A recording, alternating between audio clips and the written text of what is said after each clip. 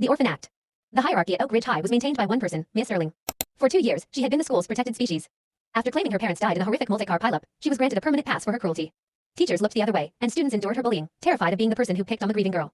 I watched her pour a thick, sticky protein shake over a freshman in the cafeteria just because the girl was sitting at her table. When a teacher rushed over, Maya's transformation was instant. Her lip quivered, and she whispered about how the smell of the shake reminded her of the last breakfast she had with her father. The teacher ended up comforting the bully, while the victim was left to clean herself up in tears. Then, Maya set her sights on my sister, Lily. Lily is brilliant, but she has a stutter that becomes a roadblock when she's nervous. Maya started a viral stutter watch thread on social media, filming Lily during class presentations and mocking her rhythm. The cruelty peaked at the science fair. Lily had brought her emotional support hamster, Pip, for her biology display. While Lily was in the restroom, Maya took the defenseless animal and put him in the school's industrial microwave. By the time the smell hit the room, it was too late. When confronted, Maya simply cried about blacking out from trauma. The school board gave her a hug instead of a suspension and decided to play her game. For a month, I catfished Maya as Austin, a star quarterback from our rival school. She was obsessed with him. Under the guise of Austin, I got her to admit that the faculty were suckers and that her dead parents' story was the best thing that ever happened to her social life. Prom night was the finale. Maya arrived in a custom-made white silk gown, stepping out of a limo like royalty.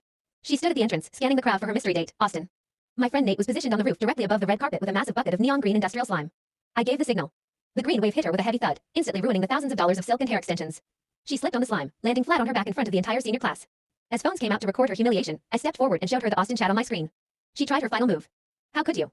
My parents are dead, she shrieked, looking for sympathy from the crowd. Enough, Maya, I said. Grief doesn't make you a killer of pets. And your parents? They're currently living in a condo 40 minutes away. On cue, a woman shoved through the crowd. It was Maya's mother, very much alive and absolutely furious. It turned out Maya had been living with an aunt to stay in our wealthy school district after her parents' messy divorce. She had faked their deaths to become the untouchable queen of the school. The Orphan Act was over, and as her mother dragged her away by the arm, the entire school watched the girl who cried wolf finally lose her teeth.